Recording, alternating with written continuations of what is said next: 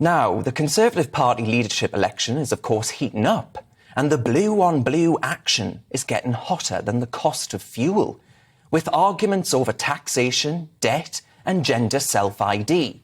It looks like it could get into the debate around immigration, a necessary and important one. But one area I actually reckon is essential to discuss is the net zero debate, with 4 out of 5 of the candidates uncritically accepting the policy. I'm afraid to say, folks, that those leadership contenders that promise the cost of living crisis is their number one priority aren't being honest with you about the trade-off required, thanks to this legally binding policy of Theresa May's and the Green extreme.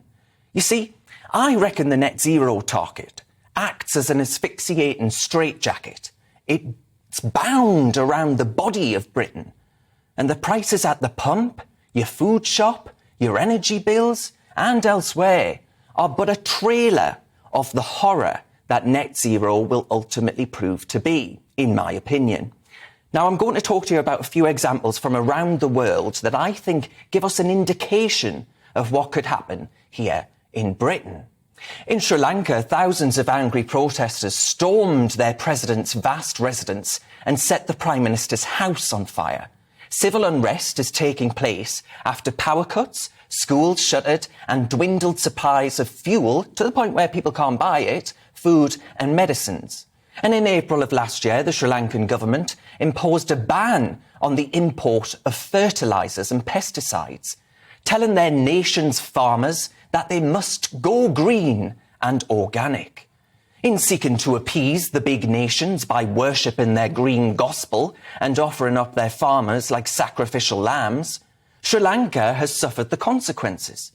A shattering impact on its ability to feed its people.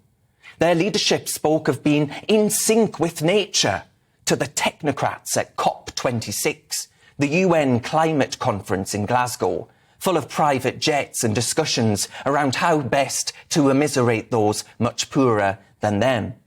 The World Economic Forum that championed the art of the lockdown, that started, of course, much of the world's inflationary strife, advocated that Sri Lanka move to organic farming, pushing its people into poverty. And we're supposed to sit here and have smiles on our face like Cheshire cats and wait for it to happen here in Blighty. Closer to home, in Europe, protests took place that were heard precious little about. Dutch farmers used their tractors to dissent against the government and the EU technocrats, pushing at them targets to halve the use of nitrogen compounds by 2030. This means farmers have to get rid of loads of their livestock, destroying livelihoods. Construction projects have also been placed on hold because of the target too. And our Australian cousins, a little bit further away, their previous government, a Conservative coalition that also enshrined the net zero by 2050 target into law, saw voters opt instead for the real deal. Green Party politicians or independents standing on eco-extreme platforms. When Conservatives try to out-Labour Labour or out-Green the Greens, people ask why they shouldn't just vote instead for the genuine article. And look, climate change is occurring.